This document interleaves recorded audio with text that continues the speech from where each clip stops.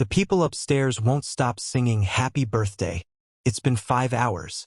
I don't usually work on Sundays, but I needed some extra cash, so I took an early shift. I came home at around 2 p.m. I live in this apartment building. My apartment is on the first floor, along with another one that belongs to this dude who's rarely home.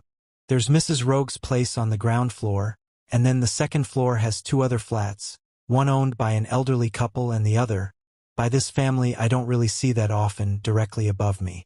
Sometimes I hear the kids in the morning moaning about having to get ready for school, and then stomping down the stairs. Sometimes I hear hushed voices and dishes clattering. After 10 p.m., everything usually goes quiet. I got to my door and, as I was searching for my keys in my bag, I could hear voices upstairs. They were hushed and a little tense, stressing the words and mixing them together. I couldn't really make out what they were saying, but they seemed to be talking about something really important. Now, keep in mind that I've never seen these people before. I assumed they were a family because I kept hearing the kids and sounds that I generally attribute to a family home. It's not like I've personally met them. I just assumed. Anyway, as I said, I finally got a hold of my keys and unlocked the door. Yet, I didn't immediately step inside after I opened it. I don't know why I let it swing open and remained there listening for 2 more seconds, but I'm somewhat glad I did. The moment the door was heard, the voices upstairs stopped, completely, as if they were listening to me now. I remained still. We all studied the silence for a while. I heard a singular step on the stairs above. That's when my back went cold and my muscles tensed up. For whatever reason, I got the sudden urge to just go inside and shut the door behind me, which I did. Afterwards, I started putting some groceries in the fridge and doing some errands around the house.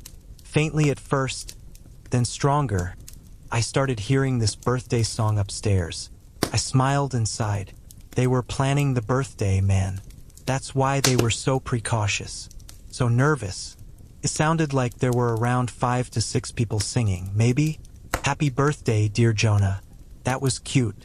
When they finished, they started again. I did find it weird, but I assumed that the kid had asked for it again.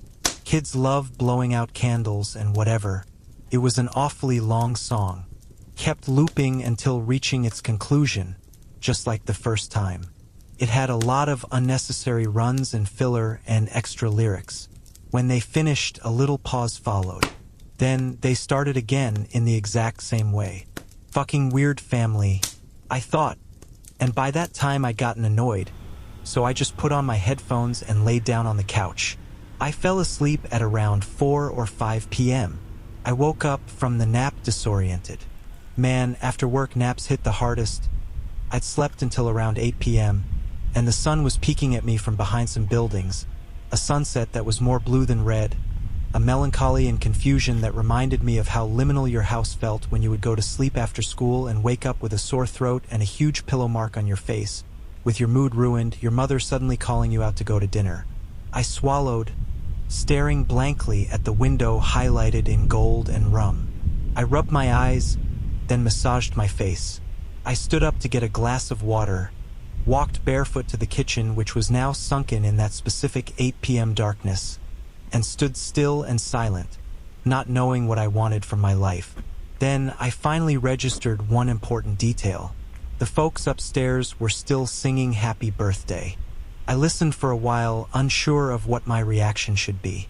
I wondered if they had some recording playing on a loop, but that wasn't really the case, as each version sounded different from the previous. They really were weird, or maybe their kid was just eccentric. Maybe they were practicing for some performance. I started thinking, as I said, I hadn't personally met these people before, so I had no idea what they did. Maybe they were really practicing. I put my headphones on and went on trying to make some sort of dinner, even though I wasn't really hungry and my throat still hurt. I ate, watched my show, then took a shower. Their singing had started to piss me off. It was now approaching 10 p.m., and I felt the need to go upstairs and tell them to quit it. I'm not confrontational. I really don't like telling people they upset me, and most don't have an appropriate reaction at all. I didn't want to talk to them, so I called my mom. I started telling her about my day, but she interrupted me, asking about the people upstairs. Yeah, they've been doing it for hours. I don't know. It's starting to really get on my nerves. Well, go up to them and knock. Aren't the other residents annoyed? The old people upstairs? I'm sure they wanted to sleep by now.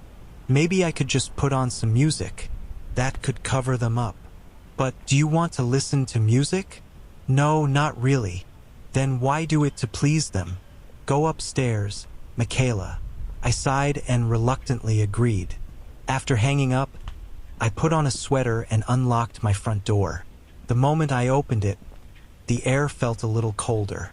I stared at the dark hallway, illuminated by the ray of light from my door and another faint light coming from upstairs. I went up the stairs. The second floor was more animated than the first. The door to the family's apartment was slightly open, and I could see light and movement behind. I slowly approached it, then peeked inside. I could see a hallway with balloons and confetti peacefully floating around. A faint smell of candles and sweetness lingered out. I didn't want to disturb too much, so I tried to be discreet while I quietly and almost imperceptibly pushed the door slightly more. The small hallway made way to a dining room. The shadows were dancing on the walls as people clapped around the table and sang. On the table was a cake with pink and purple frosting, sprinkles, and some writing I couldn't really decipher. The song carried on, but was hoarser than I'd remembered it. People were smiling, swaying from side to side, at the person sitting in front of the cake. The lighting was dim and pleasant, its only source being the candles. The people around were a little tense, but overall it reminded me of my own birthdays as a kid. Some boxes lay scattered on the floor. I tried to take a better look at them or the kid.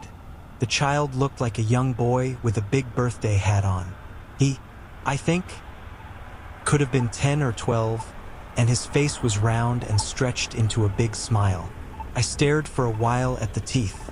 I don't know what prompted me to make that observation, but he had adult teeth, which were rotten and yellow, sticking out of his mouth in abnormal directions. His eyes were wide and red, as if he'd been crying for a while. I don't remember seeing him blink at all. In the minutes that I watched, that felt like hours. He looked really shaken and tense. I'd never seen a child like that before. Never in my life. All the courage I'd had before peeking through the door had evaporated. I must have zoned out watching the scene when I was pulled away from my trance. The kid shifted his eyes from the candles, which had now almost completely melted, and looked straight at me. I felt seen like I'd never been before. My heart completely collapsed, leaving a painful knot in my chest as I made eye contact with the child.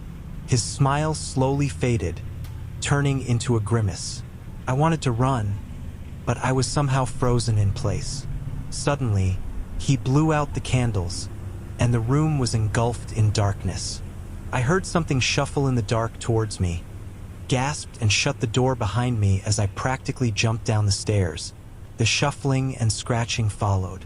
I gripped the door and slammed it behind me just as something slammed into it from the other side. Eyes wide and unfocused, I barely managed to lock it as the banging started. The song upstairs had stopped. I looked through the peephole. The hallway was completely dark now, but I could make out the details of the face I'd looked at before in the dimly lit dining room. Only now we were at eye level, which was impossible since that had been a kid. Had it? Or had it been just a person? The more I thought, the more I realized I had no idea what prompted me to assume it had been a kid. The round face, childish clothing, trying to decipher the memory meant analyzing every detail of that horrible face. A thing I didn't want to do. The banging turned to scratching. I yelled I was going to call the police. My voice died in my throat. The banging was so strong that it was undoubtedly going to break down my door. Suddenly, I heard a distinct sound upstairs. The banging and scratching instantly stopped. It was a door opening. The elderly couple's door. "Hey, what on earth are you doing? It is the middle of the night. I watched through the peephole as the kid, not a kid, walked away from my door. Upstairs. Quit it before I call the police. It's enough that I have to hear your kid's tantrums every day, lady. But dash. The voice abruptly stopped. I listened, barely breathing. No scream, no sound. Nothing. Faint scratching, then shuffling, then a faint cry that sounded more like forced sobs. I silently dialed up the police and barely managed to whisper what was going on, afraid that I might be heard. As I was detailing the problem, I looked through the peephole once again to be greeted by that face, grimaced, eyes bloodshot and sunken into the head. You're welcome to join next year. That's why we left the door open. Came the voice of an adult out of the face of a 12-year-old. I gasped and ducked, as if that would save me. The police came in around half an hour, which was an insanely long amount of time. They went upstairs and sealed off the entirety of the second floor. They refused to give me details. I had to wait for the headlines and accept some vague answers from the numerous phone calls I'd given since. Miss, there were never kids living upstairs. 2 of them were grown-ups, but 2 of them were pretending to be kids. They refused to tell me what had happened to the elderly couple. They barely mumbled something that included kidnapping, massacre, disembowelment. Some of the victims, which had been many, were hostages made to play along. The presents were just pieces of flesh, toys made of bones with bows on them. One of them was a teeth necklace. I'm going through a really hard time now, trying to move all my stuff without having to go to that place too often. I can't sell it or rent it out, maybe to some true crime fanatic. I moved in with my parents, but I asked them to add extra locks to their doors and windows and security cameras everywhere. They assumed I was paranoid and suffering from PTSD. I let them believe that. However, I'd watched the security footage of that night showing the outside of my door. The birthday boy I'd spoken to hadn't gone back upstairs. He just crawled to the window and jumped out. I don't know where he is now. I hope it goes both ways.